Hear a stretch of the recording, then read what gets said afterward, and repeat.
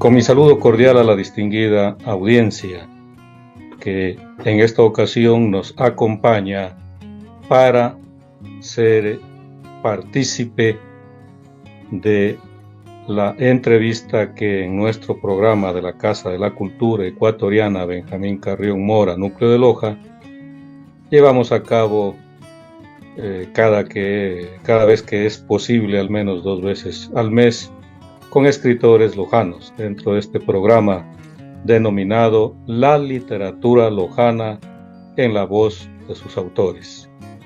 En esta ocasión contamos con la presencia del escritor lojano Antonio Campoverde. Él es un escritor joven, con mucha vitalidad para escribir, para seguir sorprendiéndonos con su trabajo literario en el campo del cuento, de la novela, del ensayo, de la poesía. Tengo aquí entre mis manos, querido Antonio, uno de sus últimos libros, una novela intitulada María Emilia, entre la verdad y la tristeza. Y permítame usted y permítame la audiencia que lea parte aquí de su currículo profesional literario propiamente. Antonio Campoverde, si quiere que le diga el año en que es nacido, no hay problema, ¿no es cierto? Es nacido en 1985, es un escritor joven aún y que ha producido ya una buena obra literaria. Es uno de los mejores narradores ecuatorianos de la actualidad. Su tercera novela, María Emilia, es de lo mejor que ha escrito, ya que en ella se ven reflejados los peores instintos humanos de abuso y poder, que Antonio los trata con mucha maestría. Llena de madurez incalculable, narrada con valentía asombrosa, ya que en ella se enfrenta con la estética de la clase media y trata con maestría y erudición un tema profundo y a la vez espeluznante. Ya vamos a hablar más adelante de esta novela. Entre sus otras obras se destacan aquellas que han sido acogidas y elogiadas por la crítica nacional e internacional. Por ejemplo, su primera novela corta de terror, denominada Cristina, escrita a los 14 años de edad. Entre sus ensayos destacan los 2 tomos de Me reniego, la Biblia del nacionalismo en el Abya Yala. Además, su libro de relatos fantásticos, Evolución literaria de Borges a Curimilma. Además de su propio resumen de una amplia gama de libros de autoayuda, al que tituló Sea millonario con esfuerzo. Todos ellos publicados en amazon.com. El libro de microrelatos de terror y suspenso, Intenciones ocultas y Salto de fe, autopublicados, confirman que Antonio Campoverde es un autor y narrador que merece ser tomado en cuenta por aquellos lectores que gustan de leer buenos libros. Por eso está usted aquí, Antonio, porque necesitamos, quienes conocemos de su trayectoria, que lo conozcan. Usted sabe que hoy casi la gente no lee. No lee en el sentido profundo, humano, que se debe leer, ¿no? Por supuesto que hoy hay miles, millones de lectores que pasan dale y dale al celular, ¿no? Pero ese es otro tipo de lectores que no son propiamente lectores, aunque lean. Hablamos acá de la literatura, de la buena literatura, de la ciencia, del arte, del humanismo, que se debe leer si queremos que este país y el mundo pues vayan por un camino mejor. Por supuesto, a pesar de todo el adelanto científico, técnico, que sí lo hay, pero que está en manos de pocos. Bienvenido, estimado Antonio, a este programa. Empezamos con sus palabras iniciales, indicándonos para la audiencia que nos ve, que nos escucha, quién es usted como persona y como narrador. Adelante, Antonio. Pero es un gusto poder participar de su programa que es tan importante dentro de la literatura nacional, no solamente de la literatura locana. Gracias a este programa he podido conocer grandes escritores, he podido reconocer muy buena poesía especialmente y algunos narradores lojanos nuevos. Mi estimado doctor, quiero agradecerle a su audiencia, desearles muy buenas tardes a todos. Muchas gracias por esa excelente presentación.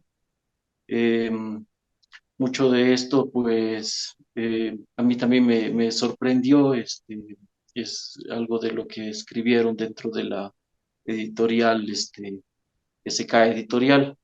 ¿Quiénes fueron los que hicieron pues posible la publicación de esta novela María Emilia? Muchísimas gracias.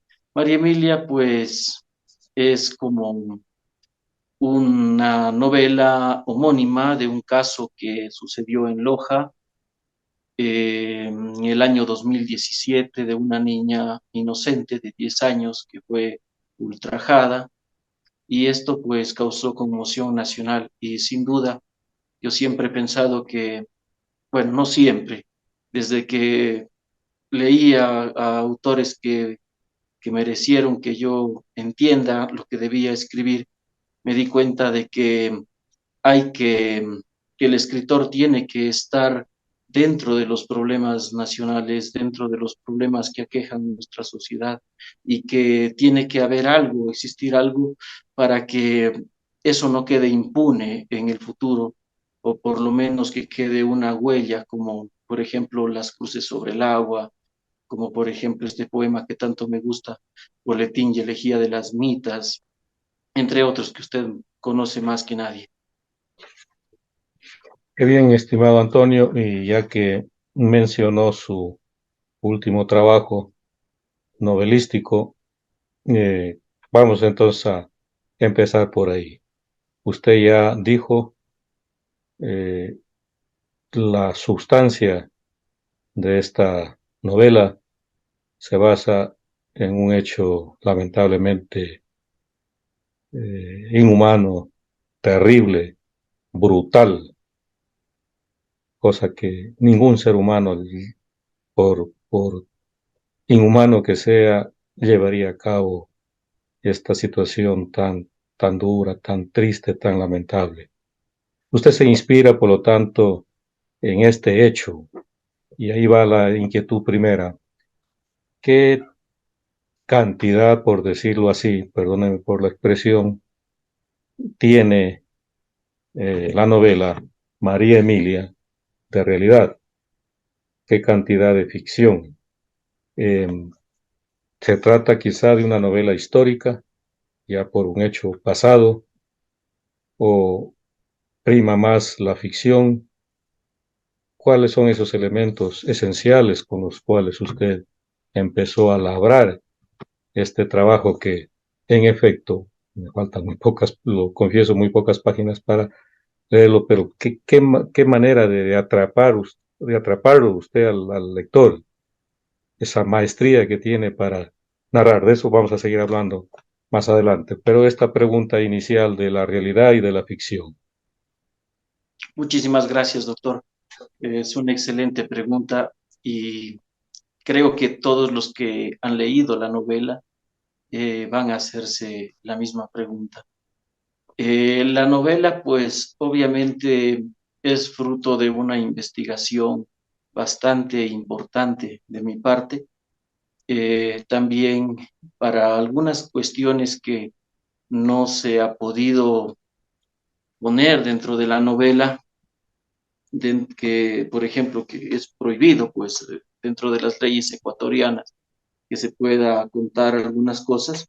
Entonces, para eso me he basado con alguna experiencia que he logrado tener trabajando con abogados también el doctor José María Sánchez también me ha Sánchez. ayudado también.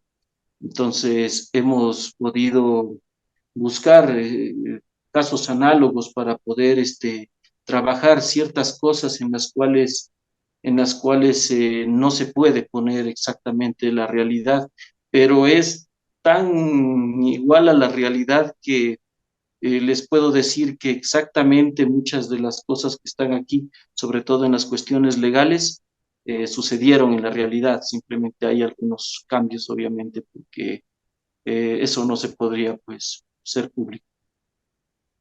Perdone, ¿usted tiene estudios de abogacía, de derecho? Eh, Trabajé durante 12 años con una abogada que, que era penalista. Ah, por eso, porque en Entonces, la novela se deja notar ese ambiente eh, de abogacía bien trazado, bien construido. Entonces digo, tiene que haber una experiencia tras eso, porque usted sabe, en el ámbito literario no es tan fácil de pronto apoderarse de un hecho que uno no lo conoce, que hay que de verdad conocerlo, eh, por más que sea ficción, aunque no sé qué criterio le merece el hecho de que la ficción es más real que la realidad. ¿Cuál es su claro. criterio al respecto? Le comento que aquí en esta novela hay mucha más verdad de la que nosotros conocemos.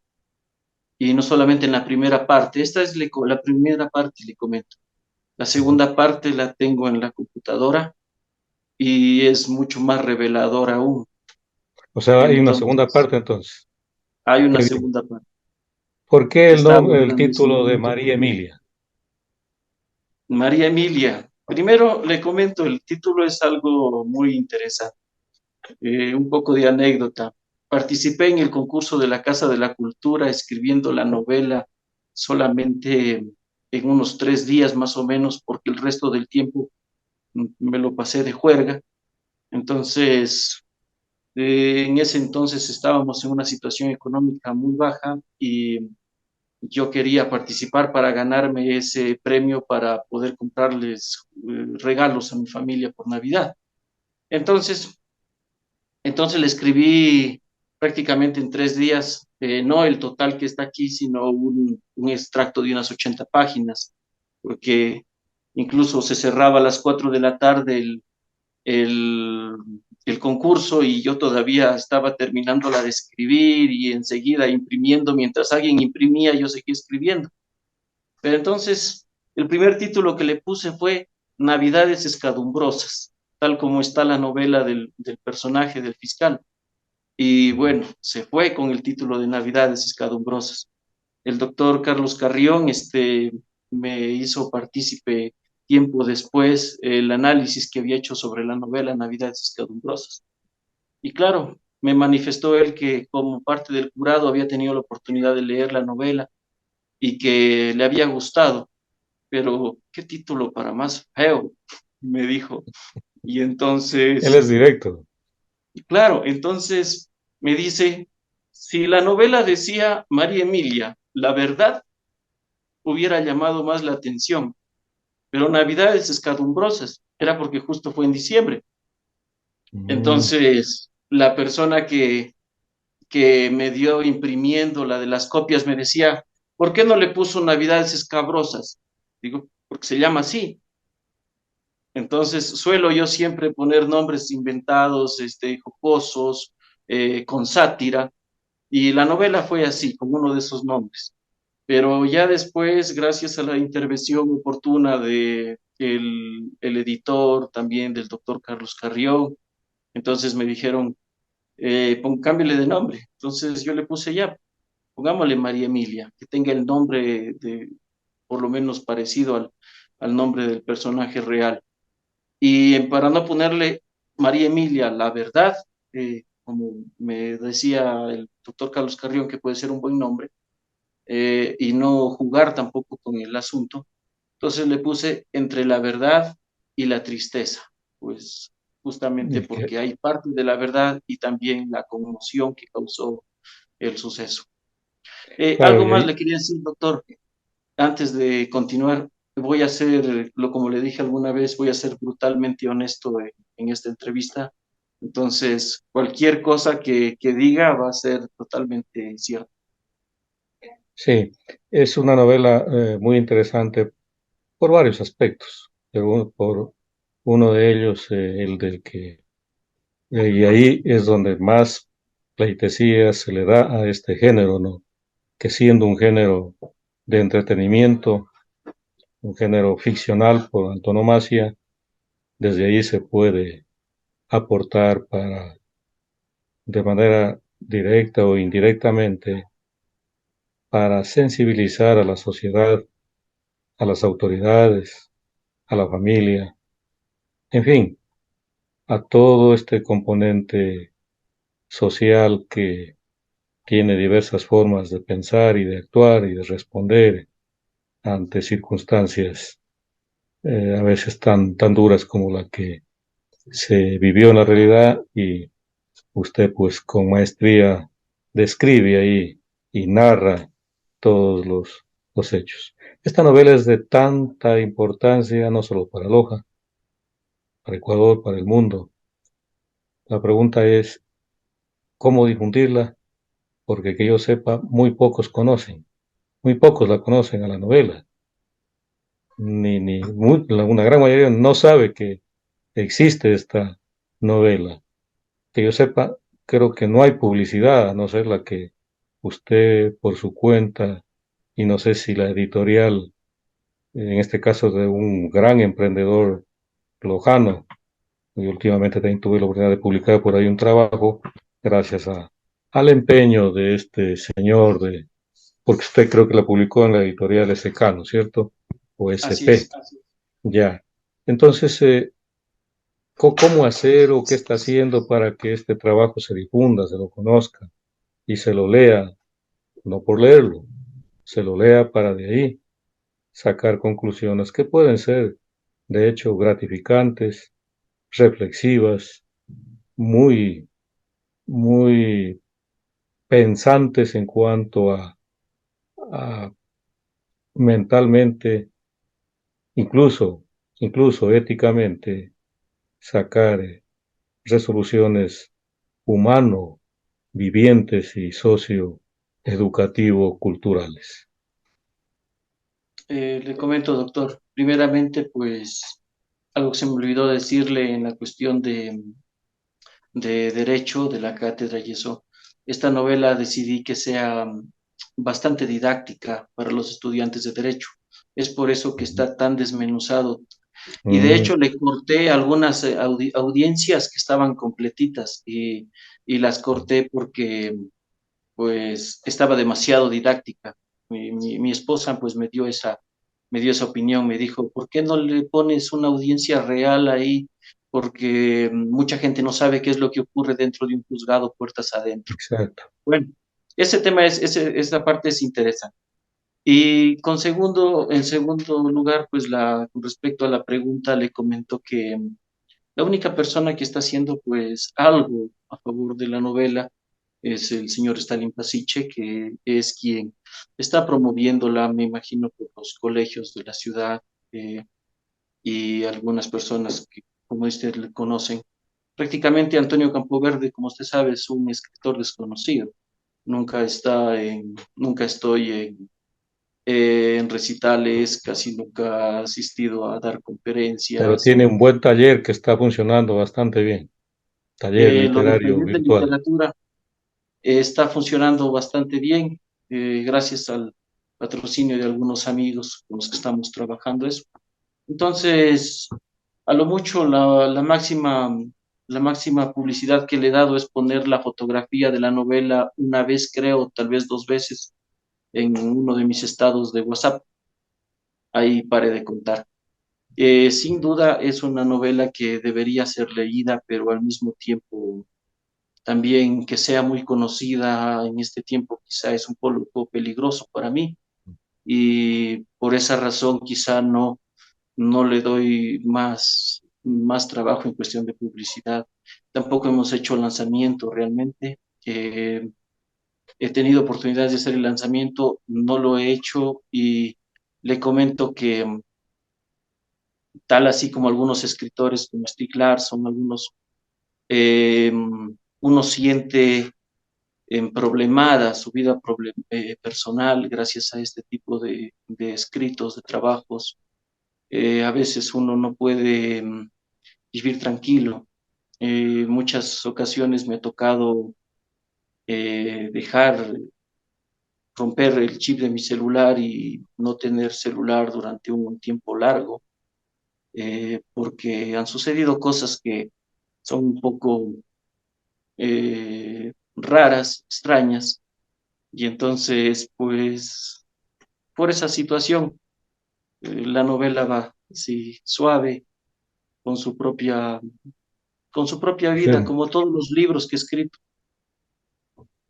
qué bien, qué bien, sí, es una forma de... Claro, yo estaba para preguntarle esto, pero yo decía, mm, pues uno siempre tiene que pensar, ¿no? ¿Qué pregunta, qué efectos eso produce? Pero ya que usted lo dice, imagínense qué coincidencia de pensamiento, el peligro personal, en fin, que puede implicar un trabajo, ¿verdad?, de esta naturaleza. Y siendo ficción, sin embargo, como le decía, ves, la ficción es mucho más real que la misma realidad como tal y por ende contundente, aplastante, el ideario que se puede ir, bueno, el ideario que conforma el escritor y el ideario que se forma el lector, ¿no?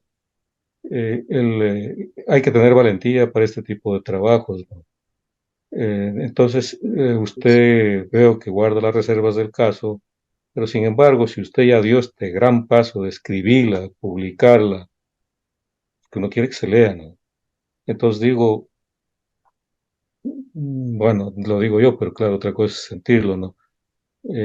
¿Por qué no continuar con esta publicidad contundente para que se conozca de verdad un trabajo? Porque, ¿qué implica para usted leer literatura? Entonces, ¿vale la pena? ¿No vale? Y sobre todo, una novela como esta. ¿Qué implica? Porque uno creo que, ¿no es cierto? Siempre, aunque cada lector tiene su propio mundo de Ujú. interpretaciones, de hipótesis, en fin, pero el escritor siempre tendrá en mente qué tipo de ideario, qué consideraciones ideológicas se trazan en un trabajo como este, y tomando en cuenta el peligro del que usted habla. Como le digo, principalmente yo escribo algunos libros porque quiero enseñar a la gente, sobre todo a la gente nacional, quiero que entienda cómo es más o menos el medio en el cual estamos, que no es tan creíble lo que vemos en los medios de comunicación. Ujú. Entonces, primero escribí algo que yo creí que era mi mejor obra, creo que hasta ahora de lo que he terminado es lo mejor, que se llama La Biblia del Nacionalismo en el Abya Yala. Son dos tomos de 500 páginas cada uno, con fotografías y todo, donde hablábamos posiblemente lo que va a suceder, acontecimientos políticos, acontecimientos, por ejemplo, este, por ejemplo, en cuestiones de los deportistas y eso.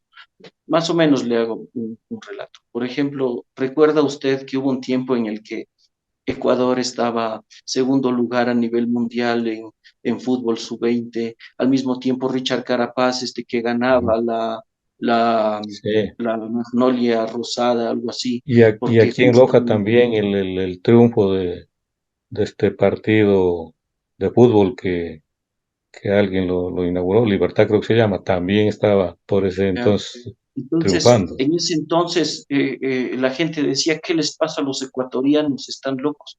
Claro que estamos locos porque nadie sabía que en ese mismo tiempo estaban firmándose, por ejemplo, la carta de intención del FMI, donde íbamos a perder 1.200 millones de dólares y a nadie le importaba. Entonces, lo que yo hacía en ese libro es estudiar los acontecimientos que íbamos viviendo en ese momento y decir más o menos, esto es lo que posiblemente va a pasar. Y cuando ya fue escrito la segunda parte, ya fue cuando erupcionó todo eso, que fue en noviembre, en octubre del año 2019, me parece, cuando murieron más de 21 personas haciendo lo que eran las marchas populares y todo eso, gente cubierta con, gente que se protegía con cartones contra las balas de los policías y eran disparados en la cabeza, y todo eso que sucedió. Eso era la erupción ya de lo que, de aquel prurito que debíamos haber nosotros tomado en cuenta cuando recién estaba iniciando. Entonces, yo lo que escribí ese libro era para que la gente vea qué es lo que está pasando y qué es lo que va a suceder después. El problema es de que hay un dicho que dice que la verdad es como la poesía. Lastimosamente a casi nadie le gusta leer poesía. Eh, Entonces, esta novela nació como un fin de hacer entretenida la verdad, narrar otro suceso, otra verdad y hacerla un poco entretenida para que así tal vez sea leída algún día. Ya, sin embargo, ahí surge otra inquietud. ¿Por qué acudir a la literatura? Si uno quiere dar a conocer algo y todo lo que usted señala, ¿acaso no sería mejor desde otra perspectiva? Me refiero a las cuestiones de carácter discursivas, ¿no? El periodismo, la historia o desde el ámbito sociológico. Usted no escoge eso, sino que escoge la novela. Le Por- comento que he hecho así, lo hice, hice algunas entrevistas en algunos canales de televisión. Parece que obviamente nadie me ha visto, muy poca gente. Entonces he notado que eso no funciona porque la gente mira, a ver, ¿de qué partido es seguidor él? Ah, no, antes había estado apoyándole a tal partido. Ah, es que este es de tal, de tal línea ideológica o cosas así para desestimar lo que es el valor de la palabra de una persona. Entonces, o a veces he hecho videos y me han tratado de ridículo en algunas situaciones. Entonces, la literatura a mí me parece que es algo bueno porque va a permanecer de alguna forma durante un tiempo. Y yo creo que algún momento alguien, algún despierto va a leer y va a decir, ve, pero aquí ya se ha dicho lo que iba a suceder. O algunas situaciones aquí ya se están mostrando. Y cuando eso suceda, pues me imagino que la audiencia también va a estar en otro punto de vista, porque me doy cuenta que nosotros vamos evolucionando también, pero vamos, los escritores posiblemente van un poco más acelerados hacia la verdad, mientras que los oyentes, los lectores o la gente común va un poco más lento, pero igual vamos siempre hacia esa misma realidad, hacia esa misma verdad. Entonces me imagino que las entrevistas perdidas, por ejemplo, en televisión y eso van a quedar perdidas. En cambio, la literatura posiblemente permanezca. Qué bien, qué bien. Para que haya una narración adecuada, para que fluya en ese andarivel que el lector se traza para adentrarse en el ámbito, en este campo literario, entiendo que el escritor utiliza unos recursos específicos. ¿Se sirvió usted a propósito intencionalmente de algunos recursos, de algunas técnicas para poder escribir? Claro, pues, por ejemplo, leí una novela, le comento, bastante interesante, la novela que se llama Abril Rojo de Santiago Roncagliolo, Ujú. y dije, wow, algún día quisiera escribir una novela así. Y eso estuvo en Veremos desde el año 2016. Ni siquiera sabía que el género se llamaba novela negra y después, pues de mucho tiempo, se dio la oportunidad de escribir una novela de ese tipo y obviamente ya tenía la idea un poco leyendo algunas novelas policiales, leyendo algunas cosas que me parecían interesantes.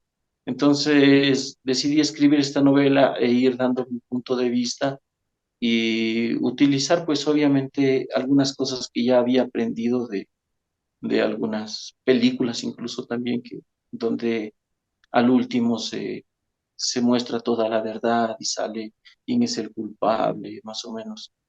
Entonces, eso fue quizá lo que me impulsó. Otra cosa que me impulsó a hacer eso fue porque ya se acababa el concurso, era muy rápido y tenía como 3 o 4 proyectos de novela, como todos los escritores, teníamos un montón que nunca terminamos. Y entonces dije, si escribo esto va a ser más rápido. Entonces me decidí a escribir eso, porque ya es una mecánica conocida prácticamente lo que son las novelas policiales. ¿Y para qué vale la pena el trabajo? Claro, una mecánica conocida en la novela policial, para usted que tiene ese dominio, ¿no? Esa experticia, el mundo de lo detectivesco, veo que a usted le fascina y por eso es que puede trazar estas acciones, tanto narrativas cuanto de corte incluso psicológico, ambiental, generar ambientes en ese orden y eso hace que la novela en verdad sea atractiva. Usted menciona aquí a dos grandes escritores, no sé si mencione a más, uno Carlos Carrión, nuestro escritor lojano, y a Eduardo Galeano. ¿Ahí cuál es la intención? ¿Quizás hacer metaliteratura o es fortuito? ¿Cómo así aparecen estos dos escritores ahí? Bueno, aquí yo pongo a varios, por ejemplo, a Cortázar, en la Cortázar parte, también por está por ahí, ejemplo, sí. donde se narra, es que primero, yo soy un autor agradecido y al doctor Carlos Carrión le debo mucho, mucho como autor. Él prácticamente me formó como escritor, siempre con sus consejos tan Ujú. atinados. Entonces, obviamente, es un agradecimiento ponerlo dentro de esta novela. Y también, pues, hay parte de cada uno. Por ejemplo, aquí en la primera parte, cuando uno lee el, el informe fiscal, dice: alguien de cuyo nombre no quiso acordarse indicó a los agentes que el día sábado vio llevar a 4 personas en un taxi e ingresar al lugar. Es una alusión clarísima al Quijote. Claro, Eh, y alguien de entonces, cuyo. por ejemplo, por aquí hablo igual de Quijote, de Cervantes, hablo de Eduardo Galeano, también se habla mucho de García Márquez, algo me parece que tal vez también habla de Borges. ¿Y por qué? Porque ellos hicieron muchas cosas que me parecían interesantes. Por ejemplo, el doctor Cagua se dirigió hasta la mesa de metal. El fiscal sabía que fuera lo que fuese que estuviera allí, no tendría forma humana. Brevemente se acordó de la bisabuela de Úrsula Iguarán y su obsesivo olor a chamusquina. Trató de seguir pensando en Macondo y en 100 años de soledad cuando el médico tomó la sábana. Entonces, y así, hay muchas, por ejemplo, aquí hay otra parte justo más abajo donde dice: solo me gustaría que me ayude con no pudo terminar su frase ya que el médico destapó la mesa. El fiscal se sobresaltó, pensó por un instante en el poema de Kelverax, imaginó al niño de 5 años comiéndose a su mejor amigo, un pollo blanco descuartizado sobre un nido de arroz. Por más que el fiscal intentaba desviar su mente con literatura, solamente recibía imágenes grotescas. Entonces, sí, hago una apología a muchos escritores que me parece que son muy buenos y de los cuales me gusta mucho su literatura, para que, si es posible, por ejemplo, que alguien no lo ha leído a Brax, lo lea a través de mi libro. Eso me pasó a mí con Borges. Por ejemplo, hay un libro que dice, en el Aleph dice, por ejemplo, los eruditos a la violeta. Ujú. Cuando yo escuchaba eso, iba a buscar el libro Los eruditos a la violeta, un excelente libro, y así. Entonces me valía de Borges para aprender mucho sobre literatura. Y pues he aprendido también quizá a usar ese mismo recurso de alguna manera. Qué bien. Esto da para pensar que, y lo que siempre se dice, un escritor solo puede ser escritor en la medida en que sea lector, y es lo que se evidencia aquí. Y en efecto, un buen lector luego puede escribir. Y qué bien en ese orden, Antonio, que usted siga preparándose, cultivándose para su carrera escritura a partir de la lectura y de las buenas lecturas, por supuesto.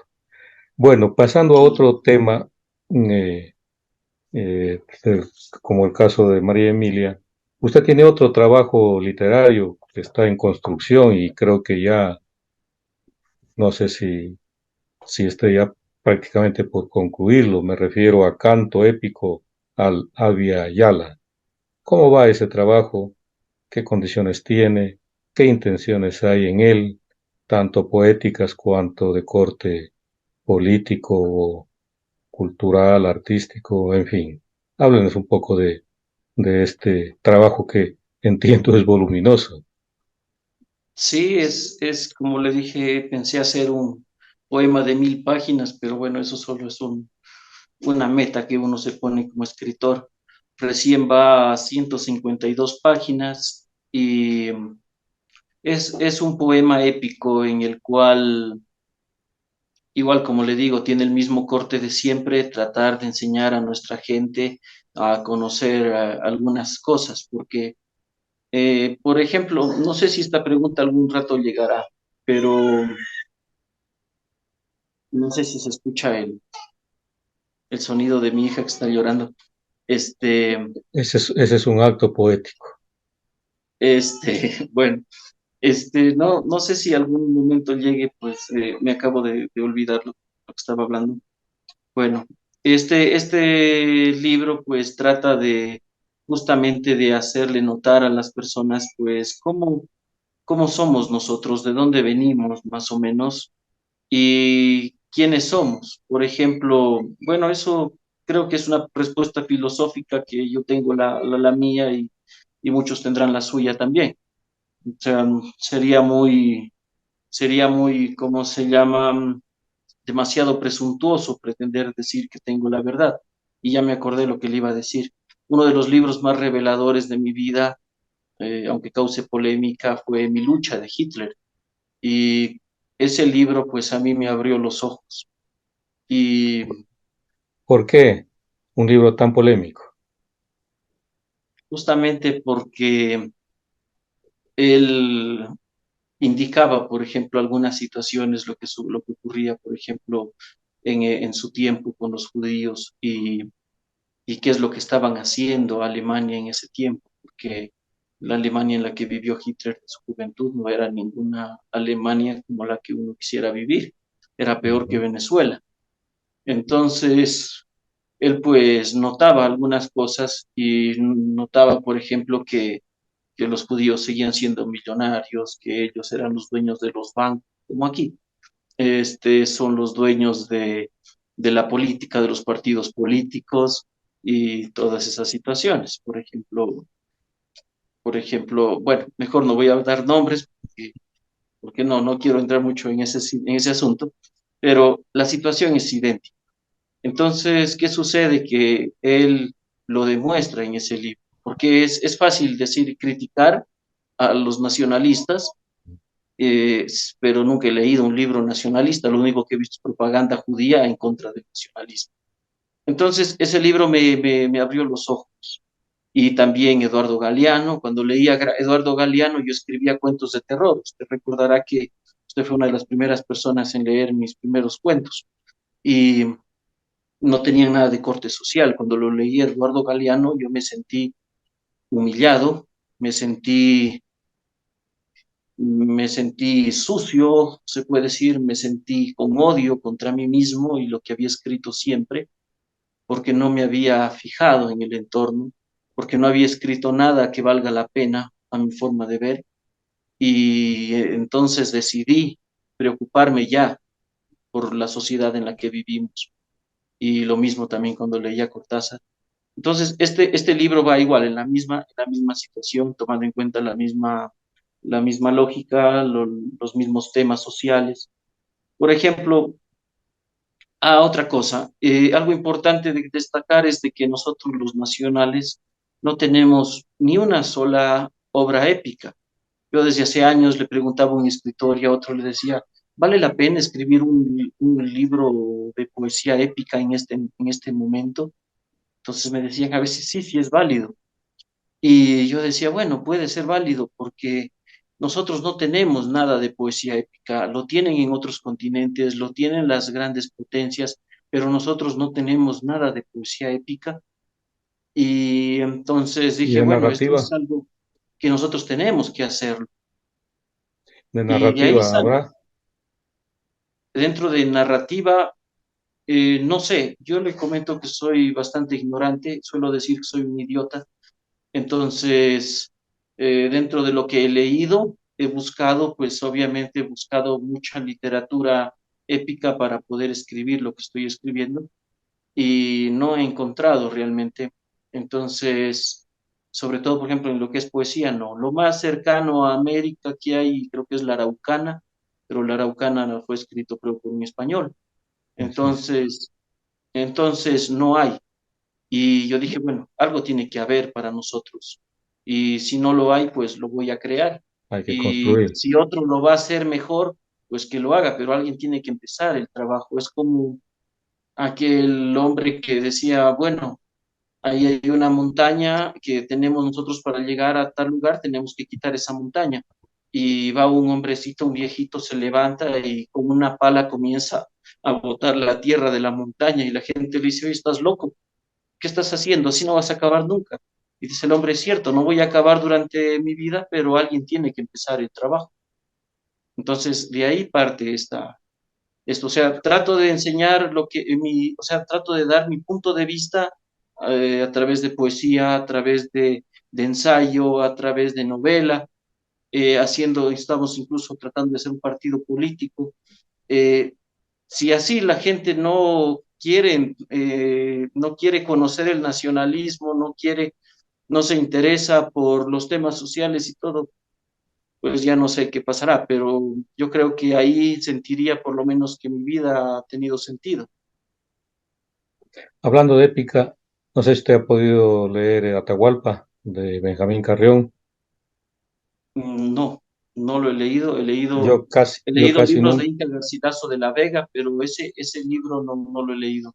yo casi nunca recomiendo leer libros, pero si se da tiempo o algún momentito, por lo que usted señala y por la construcción de su texto, lea Atahualpa. Tiene algunos rasgos épicos.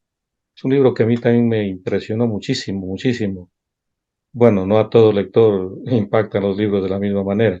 Tal vez si en algún momento puede leerlo, pueda que le sirva para sus intereses ahí Ah, muchas literarios. gracias. Eh, Sí, una parte he leído, otra pero sí. inquietud, ¿cómo está estructurado esta larga epopeya suya? Bueno, este poema actualmente tiene solamente 6 cantos. Primero fue el primer canto que estaba hecho y empezaba el segundo canto, pero luego va tomando forma, entonces iban ya apareciendo personajes y me iba dando cuenta que ciertos diálogos le quedaban mejor a una mujer, le quedaban mejor a otro personaje, e iba creando personajes y se iba ampliando. Entonces parece que ya voy como en unos 6 cantos, aparentemente. Es posible que aumente el número de cantos, obviamente, y también es posible que cada canto también aumente también su número. Entonces, de uno salieron varios, más o menos. Usted habla aquí, escrito por Epitafio Cansado. ¿Sí? ¿Qué, qué poder simbólico tiene este título? Como le digo, yo siempre trato de usar un poco el humor, la ironía. Entonces, es un seudónimo que yo utilizo siempre cuando participo en los concursos literarios. Antes tenía otro seudónimo. Está la novela que escribí cuando tenía 14 años, que dice Hermen Polanski, y fue pues como una especie de alusión a este cineasta que hablaba sobre cosas de terror y eso. Entonces, así mismo, entonces me llamó la atención. Primero se me ocurre y lo escribo, como por ejemplo tengo un cuento que dice El hombre que crucificaba sus espasmos nasales. Son títulos así. Entonces, se me ocurrió epitafio cansado y después, para mi idea, primero pensaba que epitafio era la piedra, cuando después ya me di cuenta que epitafio era la inscripción. Entonces la Claro. inscripción en la piedra estaba cansada. Me pareció mucho más interesante Mm. el rato que descubrí que ese nombre significaba pues solamente la inscripción. Por eso lo utilizo a este seudónimo. Muy bien, hay muchas cosas que hablar, el tiempo ya no nos permite, por eso la última inquietud va en torno a qué proyectos literarios tiene en actual vigencia. ¿Hay Antonio Campoverde para largo o, o llega un Le momento en que comento que, ya ahí termina el asunto? Háblenos al le respecto. comento que estoy escribiendo varias novelas que están ahí, un capítulo, dos, por ahí una va con unas 200 páginas, así. Pero realmente si hubiera una obra a la cual me gustaría que dedicarle gran parte de mi vida es a este poemita, porque yo creo que una sola obra que esté bien hecha puede justificar la vida de un escritor. Entonces no Ujú. hace falta decir yo escribí 20 100 Como el libros, caso de Juan Rulfo. uno solo que valga la pena, yo creo que es suficiente. Entonces, por ejemplo, este libro es tan importante porque tengo que ponerle rima. Por ejemplo, aquí tengo una pequeña parte que le voy a leer unos dos párrafos nada más. Ujú. Por ejemplo, aquí dice, y un hombre de nuestra raza llamó a la puerta y preguntó por la verdad. Le dije, suelte su queja en tono abrasivo y enconado, que tiemble la muerte si surge encaminado, libere la tristeza enterrada en escombros, que el fardo de guerra reciban en sus hombros.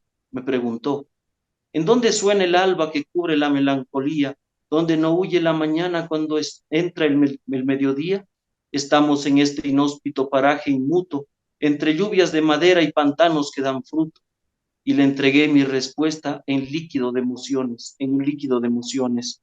Callas la tierra y el horizonte que llevas, levantas la penumbra y desembocas el invierno, lejos del cielo construyes la mañana, las cigarras que cantan en el reino de la luna.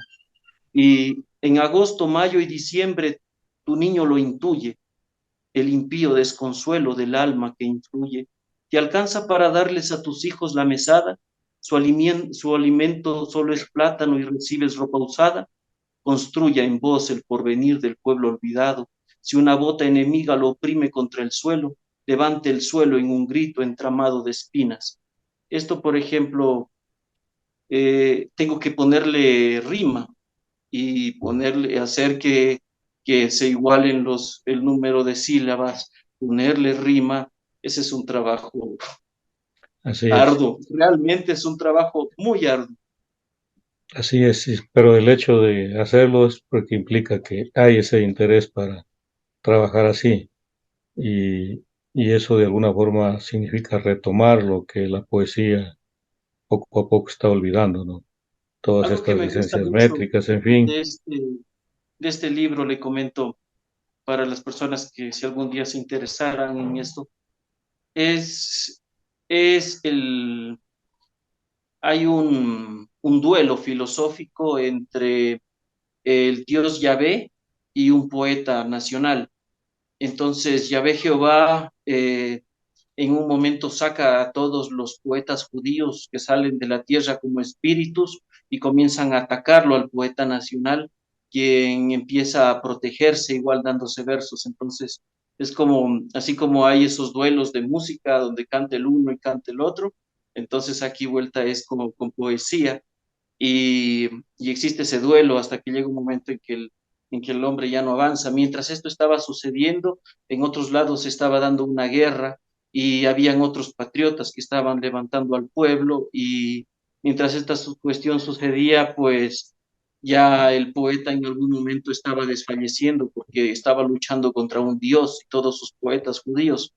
Y entonces viene Osiris, viene Anubis y en un momento hasta Hitler y le dan la mano y lo levantan y este poeta puede seguir en la lucha hasta vencerle, como quien dice, en este round.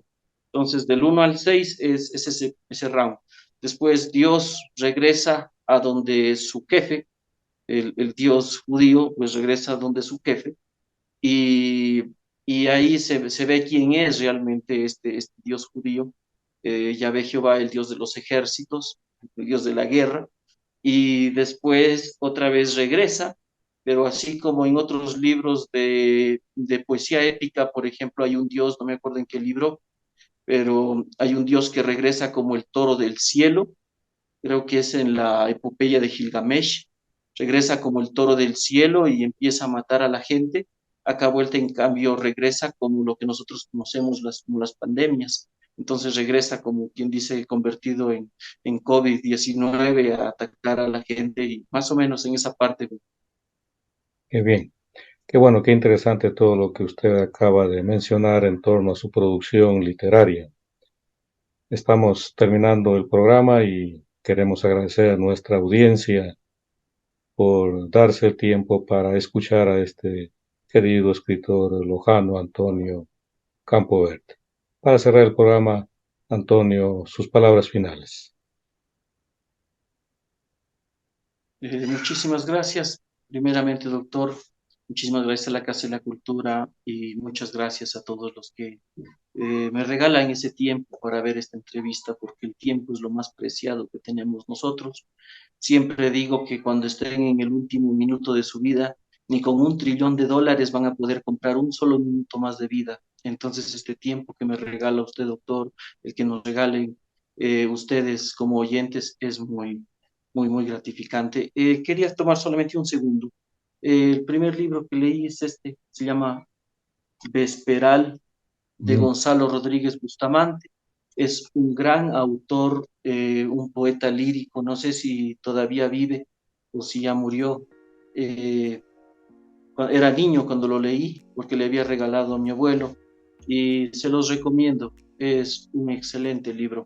Esto me inspiró para escribir mi primer poema que lo publiqué en el diario La Crónica cuando tenía 13 años. Eso nomás. Muchas gracias y Muy sigan bien, leyendo literatura y espero que les gusten mis libros también. muy bien, Antonio. Muchas gracias a usted y a nuestra audiencia que se dio el tiempo para escuchar y ver esta entrevista, La literatura lojana en la voz de sus autores. En esta ocasión con el escritor lojano Antonio Campoverde. Será hasta una próxima oportunidad. Muchas gracias.